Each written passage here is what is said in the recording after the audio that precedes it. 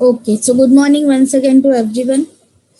सो आज का हमारा जो टॉपिक है that is all about the PCOD and PCOS, that is polycystic ovarian disease और पॉलीसिस्टिक ओवेरियन सिंड्रोम। दोनों जो है वो सेम ही है समहाउ।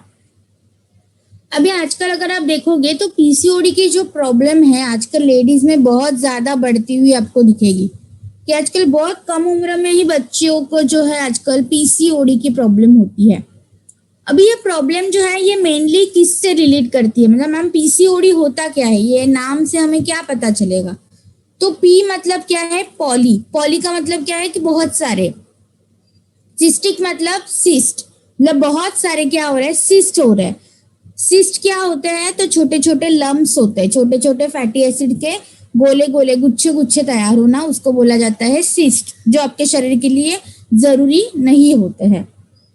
ओवेरियन मतलब आपके ओवरीज में बनते हैं, वो आपके जो 2 ओवरीज होती है इसलिए वो ओवरीज में ओवेरियन कहा जाता है। और ये ओवरीज की एबनॉर्मेलिटी है, ये ओवरीज की प्रॉब्लम है, इसके लिए इसको सिंड्रोम या डिसीज कहा जाता है। तो इसीलिए पीसीओडी ज्यादातर किसको होगा, सिर्फ और सिर्फ लेडीज को ही होगा, क्योंकि ओवरीज का हिस्सा किसके पास है, सिर्फ और सिर्फ लेडीज के पास है। इसीलिए पीसीओडी की प्रॉब्लम लेडीज को ही होती है। आजकल अगर आप देखोगे तो बहुत सारे लोगों को पीसीओडी की प्रॉब्लम होना शुरू हो गया है। ज्यादातर पीसीओडी की प्रॉब्लम जो है 18 से लेके 45 के बीच में ही ज्यादा होती है। 18 से लेके 45 के बीच में आपको पीसीओडी के पेशेंट जो है वो ज्यादा मिलेंगे। पीसीओडी जिनको हुआ है ऐसे पेशेंट आपको ज्यादा मिलेंगे। बट आजकल अगर आप देखोगे छोटे एज से लेके आजकल बहुत ज्यादा 16 साल में 15 साल में ही कुछ कुछ बच्चों को पीसीओडी की प्रॉब्लम होती है।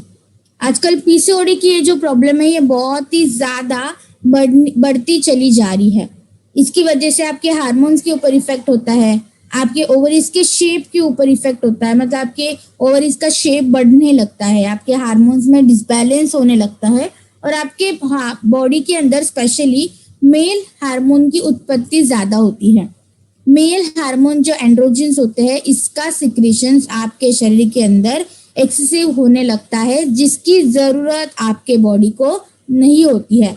एज अ फीमेल आपके बॉडी के अंदर फीमेल हार्मोन का सिक्रीशन ज्यादा होना जरूरी है। बट पीसीओडी के भी पीसीओडी होता क्या है ना, इसके रिलेटेड एक छोटा सा वीडियो मेरे पास है जो आप देख लीजिए। बहुत ही इजी वीडियो है, हिंदी में है वो वीडियो, तो आपको आसानी से समझ में आ जाएगा कि पीसीओडी की प्रॉब्लम मतलब होता क्या है एक्चुअली आपके बॉडी के अंदर।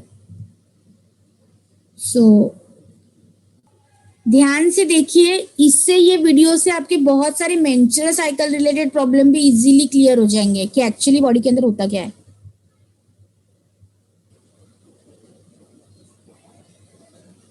पॉलीसिस्टिक ओवरी सिंड्रोम, जिसे पीसीओएस भी कहा जाता है, यह महिला के सेक्स हार्मोन का असंतुलन है। ओवरीज यानी कि अंडाशय फीमेल रिप्रोडक्टिव सिस्टम यानी कि महिला प्रजनन प्रणाली का एक हिस्सा है, जिसमें फैलोपियन ट्यूब्स, यूट्रस यानी कि गर्भाशय, वजाइना यानी कि योनि भी शामिल है। आपके अंडकोश में अंडे की आपके जीवन भर की आपूर्ति होती है। यह अंडे अपरिपक्व है और छोटे तरल पदार्थ से भरी संरचनाओं में संग्रहित होते हैं, जिन्हें फॉलिफ्लेक्स कहा जाता है। आपका पिट्यूटरी ग्लैंड यानी कि पीयूष ग्रंथि, जो कि मस्तिष्क के आधार पर स्थित है, वो हार्मोन उत्पन्न करता है जो आपके अंडाशय के कार्य को निर्देशित करता है। पिट्यूटरी ग्रंथि में से हर महीने फॉलिकल स्टिमुलेटिंग हार्मोन या एफएसएच यानी कि कुप उत्तेजक हार्मोन का और ल्यूटिनाइजिंग हार्मोन या एलएच का आपके रक्त प्रवाह में उत्सर्जन होता है। इन हार्मोन्स के अंडाशय तक पहुंचने के बाद कई 100 अपरिपक्व अंडे परिपक्व होने लगते हैं, जिससे फॉलिकल्स के आकार का विस्तार होता है। जैसे अंडे परिपक्व होते जाते हैं, फॉलिकल्स एस्ट्रोजन का उत्सर्जन करते हैं, जो कि महिलाओं का मुख्य सेक्स हार्मोन है। एक बार जब आपके रक्त में एस्ट्रोजन की मात्रा एक निश्चित स्तर तक पहुंचती है, तब पिट्यूटरी ग्लैंड यानी कि पीयूष ग्रंथि एक बड़ी मात्रा में एकदम से ल्यूटिनाइजिंग हार्मोन का एक समूह अंडाशय में भेजता है, जिसके कारण सबसे परिपक्व फॉलिकल्स खुलते हैं और उनके अंडों को बाहर निकालते हैं, जिस प्रक्रिया को ओव्यूलेशन कहा जाता है। ये मुक्त अंडा फैलोपियन ट्यूब के माध्यम से यात्रा करता है, जहां ये निषेचित होने का इंतजार करता है। आखिरकार शेष अपरिपक्व फॉलिकल्स और अंडे खुल जाते हैं। अगर अंडा उर्वरित नहीं होता तो अंडे और गर्भाशय का स्तर बाद में मासिक धर्म चक्र के दौरान बाहर निकलता है। यदि आपकी पॉलीसिस्टिक ओवरी सिंड्रोम यानी कि पीसीओएस है, तो आपकी पिट्यूटरी ग्रंथि असामान्य रूप से ल्यूटिनाइजिंग हार्मोन की उच्च स्तर को आपके रक्त के प्रवाह को छोड़ती है, जो आपके सामान्य मासिक चक्र को बाधित करती है। नतीजतन आपके फॉलिक्स परिपक्व नहीं होते हैं और ओव्यूलेशन नहीं होता है, जिससे बांझपन की तकलीफ हो सकती है। कुछ अपरिपक्व फॉलिकल्स खुलते नहीं है और द्रव से भरी थैली या सिस्ट के रूप में रहते हैं। इसके अलावा आपके डॉक्टर को पता चल सकता है कि आपके रक्त में इंसुलिन की उच्च मात्रा है, जो कि आपके अग्नाशय द्वारा उत्पादित हार्मोन है। यदि ज्यादा मात्रा में इंसुलिन ल्यूटिनाइजिंग हार्मोन के उस स्तर से जुड़ता है, तो इसके कारण आपके अंडाशय में पुरुष हार्मोन, जिसे टेस्टोस्टेरोन कहा जाता है, उसके उत्पादन को बढ़ाया जाता है। टेस्टोस्टेरोन का असामान्य रूप से उस स्तर ओव्यूलेशन को रोकता है, जिससे बांझपन हो सकता है।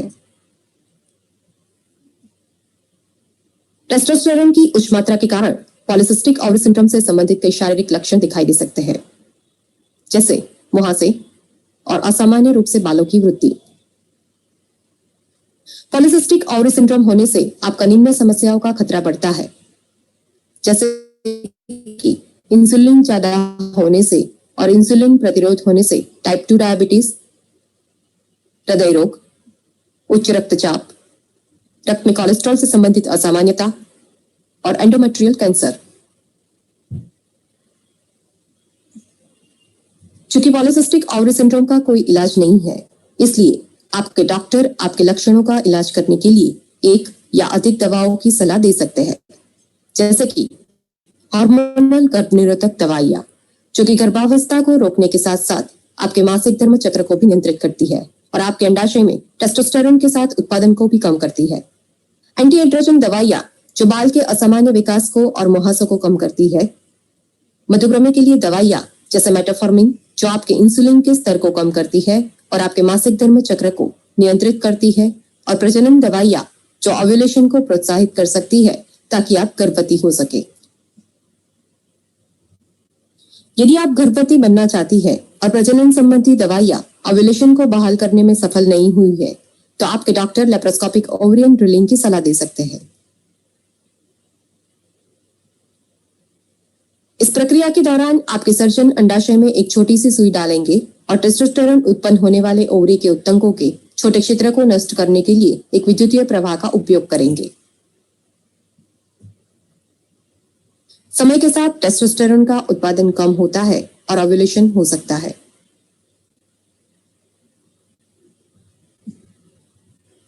अच्छा था वीडियो। आई गेस बहुत सारे लोगों ने देखा भी होगा जो पुराने से इसको अटेंड कर रहे हैं।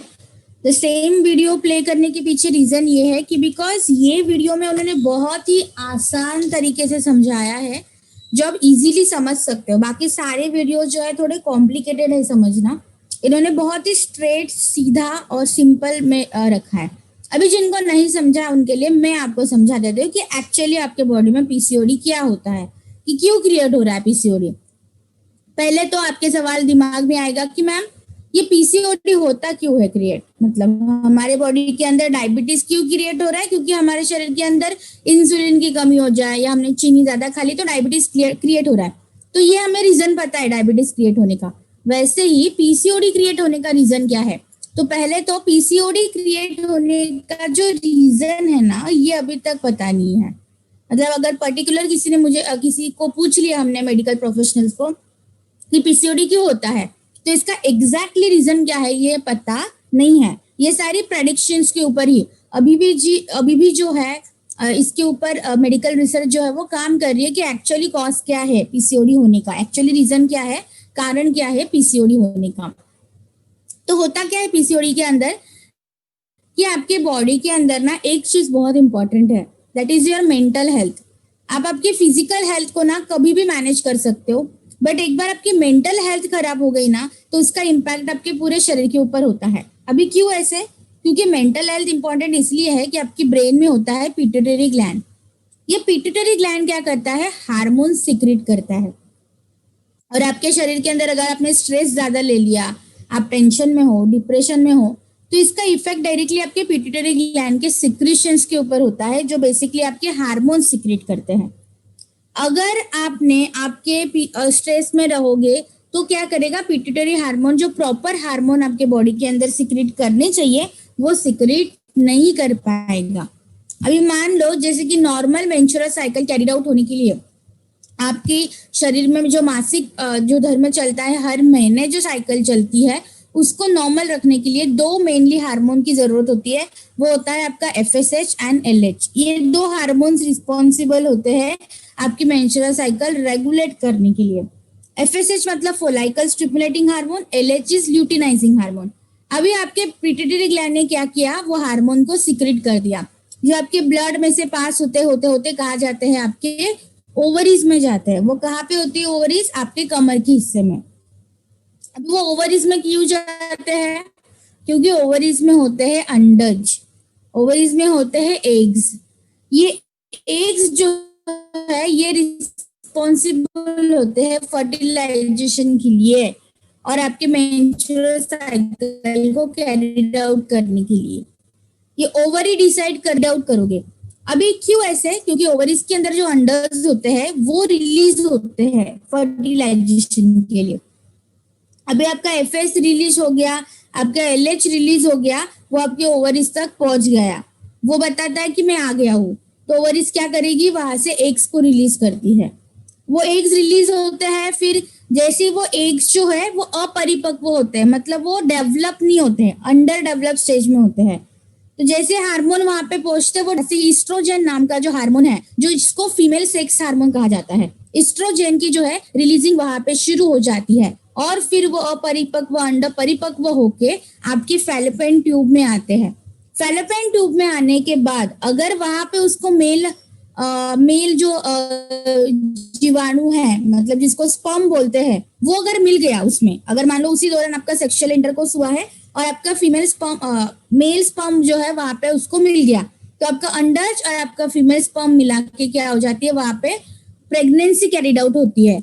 बट वहां पे जब मेल जो स्पर्म है वो नहीं मिलता, तो ये जो फैलोपियन ट्यूब में अंडज आते हैं वो बर्स्ट होते हैं और फिर वहां पे मेंस्ट्रुअल साइकिल शुरू होती है। अभी ये जो आपके ओवरीज से निकल के अंडज बाहर आते हैं और आपके फैलोपियन ट्यूब में आते हैं, इस प्रोसेस को कहा जाता है ओव्यूलेशन। अभी अगर ये ओव्यूलेशन नहीं हुआ, मतलब ये हार्मोन्स आपके ब्रेन से सीक्रेट होके ओवरीज तक नहीं पहुंचे और ओवरीज से वो अंडज बाहर निकाल के फैलोपियन ट्यूब तक नहीं आएंगे, और ये जो प्रोसेस है ये अगर नहीं होगी, तो आपकी मेंस्ट्रुअल साइकिल डिस्टर्ब होगी, आपकी मेंस्ट्रुअल साइकिल टाइम पे नहीं आएगी। और अगर ये मेंस्ट्रुअल साइकिल टाइम पे नहीं आती है, ये जो ओव्यूलेशन की प्रोसेस कैरिड आउट नहीं होती है, तो क्या हो जाता है? बॉडी में धीरे धीरे करके प्रॉब्लम शुरू होती है। पहली प्रॉब्लम क्या होगी? जैसे कि मान लो अगर मैं स्ट्रेस में हूँ, तो स्ट्रेस की वजह से या अदर कोई रीजन की वजह से मेरे पिट्यूटरी ग्लैंड ने अगर वो हार्मोन सिक्रेट नहीं किए प्रॉपरली, एफएसएच एंड एलएच के हार्मोन का सिक्रेशन नहीं हुआ, मान लो कोई एक ही हार्मोन सिक्रेट हुआ, तो वो जाता है हार्मोन सिक्रेट होके ओवरीज के पास, और ओवरीज की जो डिमांड है कि मुझे एफएसएच भी चाहिए और एलएच भी चाहिए, मुझे दोनों हार्मोन चाहिए। अगर मैंने एक ही दे दिया तो ओवरीज क्या करती है? वो अंडर डेवलप जो एग्स होते हैं उसके अंदर उसको डेवलप नहीं करती, और जिसकी वजह से वो अंडज क्या हो जाते हैं? वहीं पे रह जाते हैं, और उसका थैली रूपी पदार्थ तो वहीं पे क्रिएट होता है, और उसके धीरे धीरे करके सिस्ट बनने लगते हैं। अब जब ये सिस्ट बनने लगते हैं, तो वहां पे on the same side male hormone का सिक्रेशन ज्यादा होता है, वहां पे फीमेल हार्मोन सिक्रेट नहीं होता। फिर वहां पे टेस्टोस्टेरोन की लेवल आपके बॉडी के अंदर बढ़ने लगती है, और टेस्टोस्टेरोन बढ़ने के कारण उसका इफेक्ट आपके इंसुलिन के ऊपर होता है। आपका इंसुलिन बॉडी के अंदर बढ़ने लगता है, जिसकी वजह से फिर डायबिटीज क्रिएट होता है। डायबिटीज क्रिएट होने के बाद धीरे धीरे के हार्ट की प्रॉब्लम शुरू हो जाती है, और फिर धीरे धीरे ये कंडीशन वर्स्ट होकर इवन कैंसर भी यहाँ पे क्रिएट हो सकता है।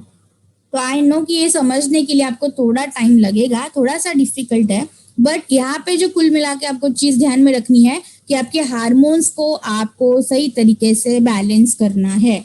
अगर आपने हार्मोन्स को सही तरीके से बैलेंस नहीं किया तो पीसीओडी, इनफर्टिलिटी, मेंस्ट्रुअल साइकिल में डिस्टरबेंस, ऐसे कई सारे कॉम्प्लिकेशंस आपके लाइफ में आ सकते हैं। तो यहाँ पे आपको एक चीज का ध्यान रखना है कि आपकी मेंटल हेल्थ को बैलेंस रखना है ताकि आप अच्छे से आपके हार्मोन्स को बैलेंस रखो।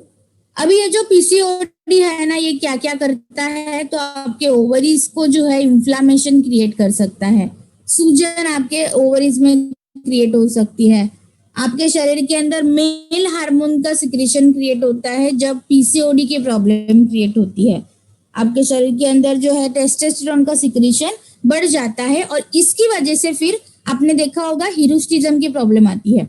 अब ये हिरोस्टिज्म क्या होता है कि आपने देखा होगा फेशियल हेयर ग्रोथ आने लगती है, आपको बाल आने लगते हैं आपके फेस के ऊपर, आपके हाथों के ऊपर, अननेसेसरी जहां पे आपकी जरूरत नहीं है वहां पे क्या हो जाता है, आपके बाल आने लगते हैं। दूसरा, आपको एक्ने की प्रॉब्लम बहुत ज्यादा होती है। तो ऐसे कई सारे चेंजेस आपके शरीर के ऊपर जो है होने लगते हैं। इसके बाद जो है आपके शरीर के अंदर यहाँ पे अगर पीसीओडी की प्रॉब्लम बहुत ज्यादा बढ़ती चली गई तो इनफर्टिलिटी हो सकती है, मतलब आप बच्चे को जन्म नहीं दे पाओगे, फर्टिलाइजेशन आपके बॉडी के अंदर नहीं हो पाएगा और आपको मेंस्ट्रुअल साइकिल में भी बहुत ज्यादा प्रॉब्लम यहाँ पे आने लगती है। अभी ये सारी चीजें मैम होती क्यों है, तो जो प्रेडिक्शन यहाँ पे किए गए हैं, जैसे कि फैमिली में जब पीसीओडी की प्रॉब्लम है तो जनरेशन टू जनरेशन ये ट्रांसफर हो सकता है। आपकी अनहेल्दी लाइफस्टाइल, अगर आपकी लाइफस्टाइल हेल्दी नहीं है तो इसकी वजह से भी आपको यहाँ पे ये प्रॉब्लम हो सकती है। इवन पोल्यूशन भी कभी कभी रिस्पॉन्सिबल होता है आपके शरीर के अंदर पीसीओडी या हार्मोनल डिसबैलेंस क्रिएट करने के लिए, बट यहाँ पे एग्जैक्टली कॉज अभी तक पता नहीं है कि किसकी वजह से पीसीओडी होता है। अभी पीसीओडी होने के बाद आपके शरीर के ऊपर उसके सिम्टम्स क्या आते हैं, क्या क्या चेंजेस आपके शरीर के ऊपर आपको मिलने लगते हैं। पहला है इररेगुलर पीरियड्स, आपकी मेंस्ट्रुअल साइकिल डिस्टर्ब रहेगी। 1 महीना आती है मैम, 3 महीने नहीं आ रही है, 1 महीना आ रही है वो भी स्लो ब्लीडिंग हो रही है, फिर 4-5 महीने नहीं आती। ये आदतों को अगर ऐसे आप कोई भी चेंजेस आपके शरीर के ऊपर नोटिस करते हो, please do visit to gynaecologist. आजकल ये प्रॉब्लम बहुत ज्यादा होती है, अगर आपने देखा होगा आजकल बच्चियों को, आजकल यंग जनरेशन के लड़कियों को मेंस्ट्रुअल साइकिल रेगुलर वे पे नहीं आती है। मेंस्ट्रुअल साइकिल एवरी 28 डेज में आना is very very essential. 28 to maximum 35 days, क्योंकि कभी कभी चेंजेस होते हैं तो कभी कभी 5 दिन आगे भी चले जाते हैं, बट 1.5 महीने के बाद, 2 महीने के बाद मैम एक साइकिल आ रही है, this is not a good thing. अभी आपको ये कुछ नहीं लगेगा, आपको अच्छा लगेगा चलो 1 महीना छुटकारा मिला, बट ये 1 महीना छुटकारे से फ्यूचर लाइफ में बहुत सारी प्रॉब्लम क्रिएट होती है। तो अगर आपके घर में ऐसे कोई भी है कि मैम मेंस्ट्रुअल साइकिल शुरू नहीं हो रही है टाइम पे, डिले होता है, इरेगुलरिटीज होती है, प्लीज डू विजिट गायनेकोलॉजिस्ट और एक बार चेक करवा लीजिए कि एक्चुअली प्रॉब्लम क्या हो रहा है। इसके बाद आता है हेवी ब्लीडिंग की प्रॉब्लम। एक तो पहले टाइम पे नहीं आती, इसके बाद आती है तो बहुत ज्यादा हेवी ब्लीडिंग होता है। तो हेवी ब्लीडिंग भी ये अच्छी बात नहीं होती है, तो यहाँ पे आपको ये दिखाना जरूरी है। इसके बाद जो है आपके शरीर के ऊपर, आपके चेहरे के ऊपर जो है हेयर ग्रोथ होना शुरू हो जाता है, फेस के ऊपर बहुत सारे बाल आने लगते हैं, शरीर के ऊपर बहुत सारे बाल जो है वो उगने लगते हैं। इसके बाद आपको एक्ने बहुत ज्यादा होगा, मतलब पिंपल्स, एक्ने, मुहासे जिसको बोला जाता है हिंदी में, एक्ने की प्रॉब्लम सबसे ज्यादा होगी और इसमें आप जितनी भी ट्रीटमेंट कराओगे ना एक्ने के लिए, वो जाने वाली नहीं है जब तक आपका पीसीओडी मैनेज नहीं होता। सो यहाँ पे अगर आपको लगता है कि मैम पीसीओडी की प्रॉब्लम है और एक्ने भी बहुत है, तो एक्ने के ऊपर काम करने से अच्छा पीसीओडी के ऊपर काम करो, ऑटोमेटिकली आपका एक्ने भी चला जाएगा, आपकी ऑटोमेटिकली फेशियल हेयर ग्रोथ की प्रॉब्लम भी चली जाएगी। तो यहाँ पे आपको ये चीजों को समझना जरूरी है कि फेशियल हेयर ग्रोथ, एक्ने की प्रॉब्लम किस वजह से आपके शरीर के ऊपर जो है वो हो रही है। पीसीओडी के पेशेंट का वजन भी बहुत बढ़ता है, वेट गेन की समस्या इनको बहुत ज्यादा आती है। यहाँ पे आपको ध्यान देना है। और इनका वेट कहाँ बढ़ेगा, तो कमर के साइड में। उनका जो वेस्ट एरिया होता है वहां पे ही ज्यादातर वेट गेन उनको दिखाई देगा। कमर का हिस्सा बहुत ज्यादा हेवी होने लगता है। इसके बाद आपकी जो गर्दन है, गर्दन के आसपास बहुत सारा कालापन आने लगता है, बहुत ज्यादा पिगमेंटेशन की, डार्कनिंग की प्रॉब्लम होती है। मतलब आपका फेस में कुछ प्रॉब्लम नहीं, आपके पूरे शरीर के ऊपर काम नहीं, पर आपकी गर्दन बहुत ज्यादा काली काली होने लगती है। एक्सेसिव स्वेटिंग आपको वहां पे थोड़ी ज्यादा दिखाई देगी। इसके बाद है इनफर्टिलिटी। आपको पीसीओडी की वजह से पांचपन की भी प्रॉब्लम आ सकती है, इनफर्टिलिटी की भी प्रॉब्लम आपको हो सकती है। और इसके बाद है आपको हेयर फॉल सीवियर लेवल पे होगा। आपको बहुत ज्यादा बालों की झड़ने की प्रॉब्लम होगी। आपके बालनेस की, मतलब जैसे पुरुषों का जैसे हेयर फॉल होता है और एकदम से टक्कल हो जाते हैं उनके सर, या उनके सर के ऊपर बाल बिल्कुल भी नहीं आते हैं, वैसे कंडीशन लेडीज में भी हो सकती है। क्यों? क्योंकि आपके शरीर के अंदर क्या हो रहा है, मेल हार्मोन का सिक्रीशन ज्यादा हो रहा है, जहाँ पे फीमेल हार्मोन का सिक्रीशन होना चाहिए।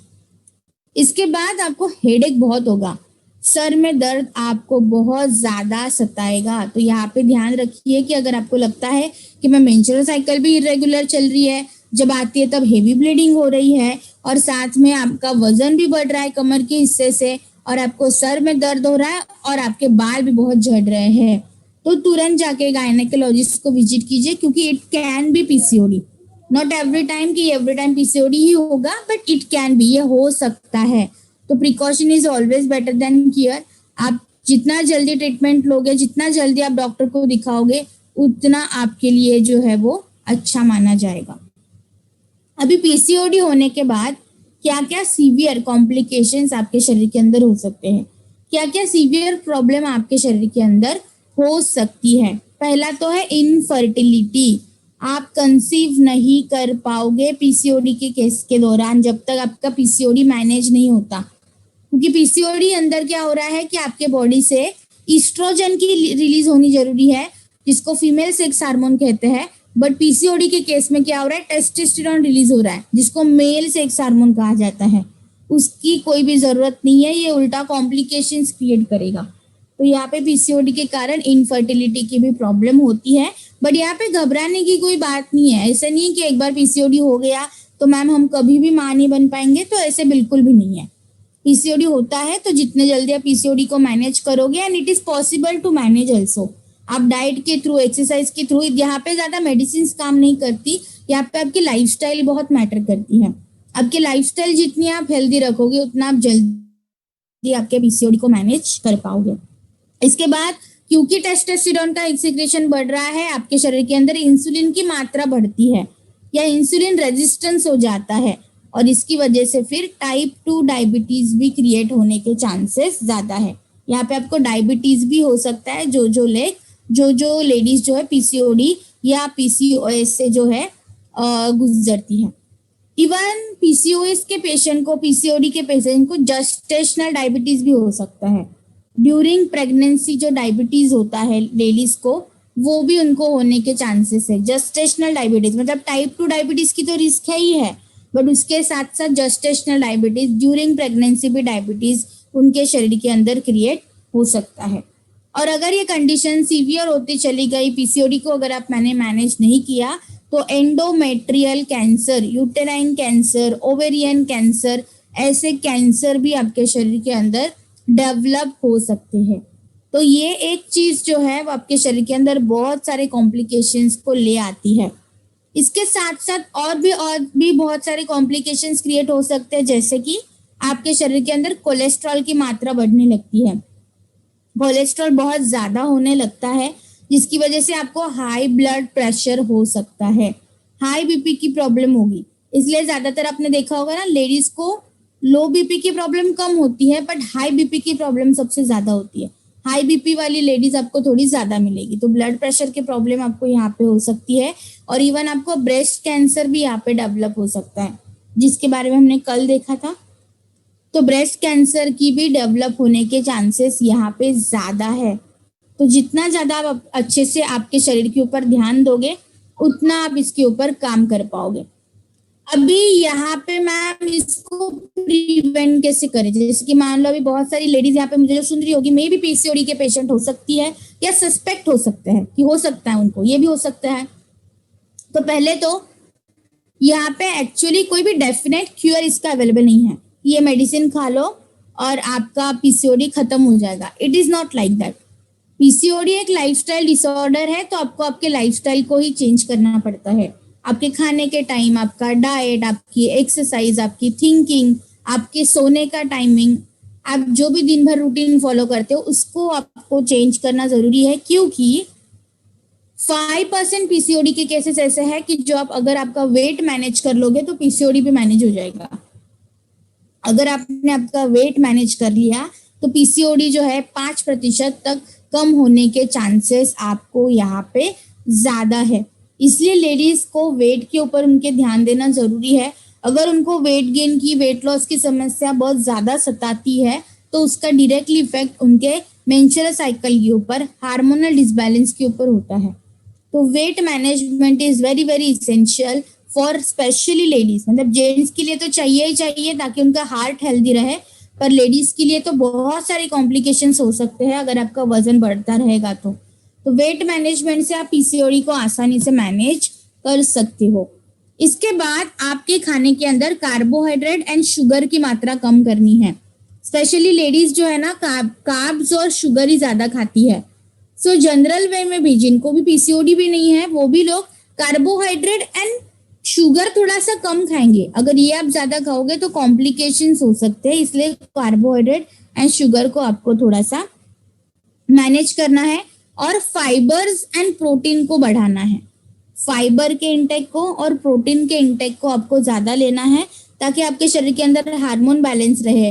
लेडीज को जो थकावट की प्रॉब्लम आती है, कमर में दर्द होना, शरीर में दर्द होना, घुटनों में दर्द होना, ये जो कॉम्प्लिकेशंस आते हैं उसको मैनेज करने के लिए यहाँ पे फिर प्रोटीन्स एंड फाइबर आपकी मदद करती है। तो लेडीज को ज्यादातर कार्बोहाइड्रेट एंड शुगर कम करनी चाहिए और प्रोटीन एंड फाइबर के इंटेक को बढ़ाना चाहिए। सो अगर ये बेसिक चीजें भी अगर आप मैनेज करोगे ना तो अच्छे से आप पीसीओडी को जो है वो मैनेज कर सकते हो।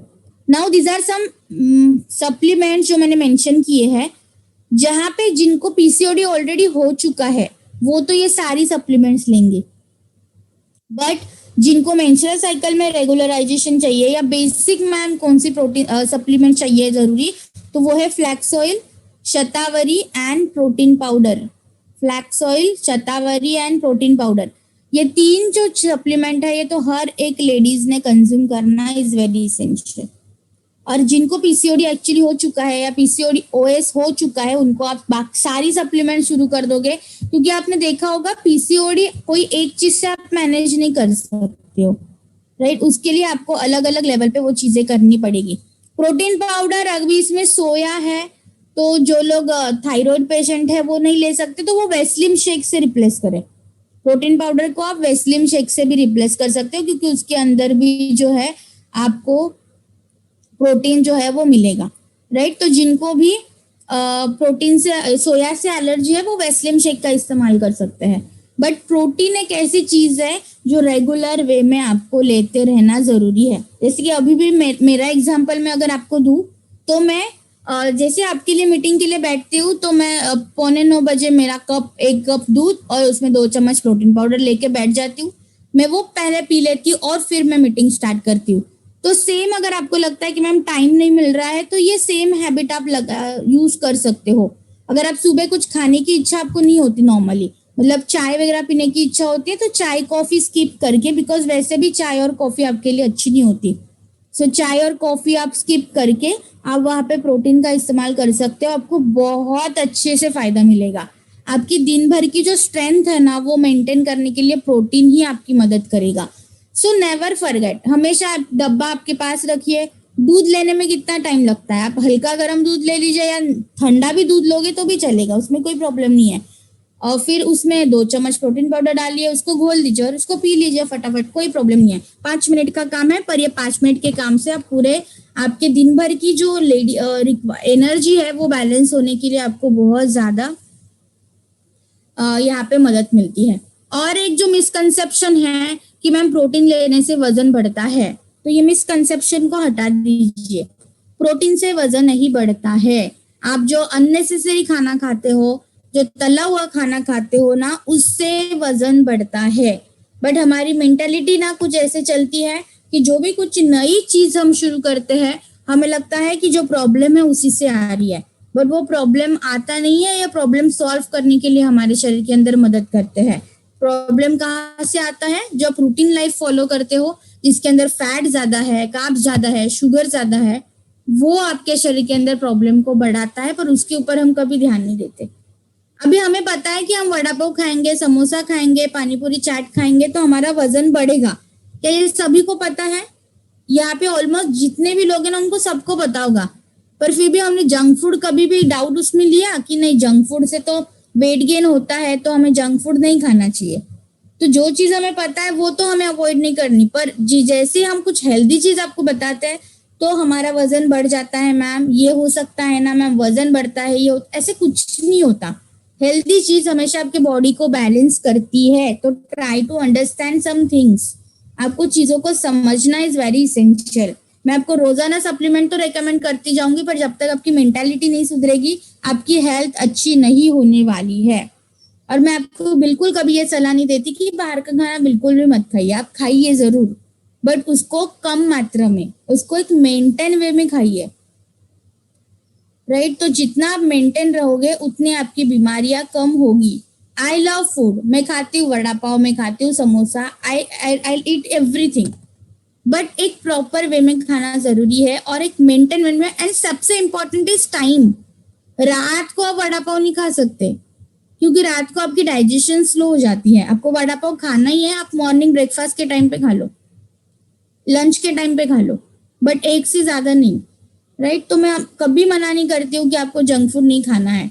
Every time you can have that, but in a proper way, in a proper quantity and at a proper time. तो ये 3 चीजें आपको जो है ध्यान में रखना बहुत ज्यादा जरूरी है।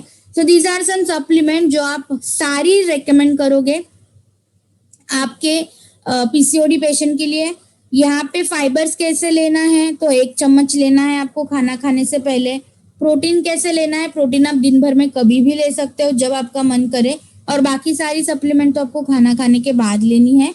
और ग्लूको हेल्थ आपको खाने से पहले लेना है, कंपल्सरी ग्लूको हेल्थ खाने से पहले, और बाकी सारी खाना खाने के बाद, right. So these are some supplement जो आपकी हेल्प करेंगे आपके पीसीओडी को मैनेज करने के लिए। ट्रस्ट मी, आप जितने भी डॉक्टर के पास जाओगे, डॉक्टर भी आपको यही फॉर्मूला में आपको मेडिसिन लग GP2 इनिबिटर दे देंगे। इसके बाद आपको एक हार्मोनल बैलेंस करने के लिए एक पिल देंगे, कंट्रोल हार्मोन बैलेंसर पिल दे देंगे।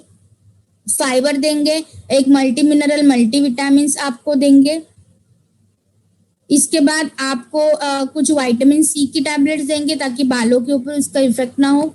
तो ऐसे ही सारी चीजें चलती है। तो इट्स बेटर टू टेक, अभी से आप इसको सप्लीमेंटेशन देना शुरू कीजिए ताकि आपको फ्यूचर में कोई भी प्रॉब्लम ना आए, राइट।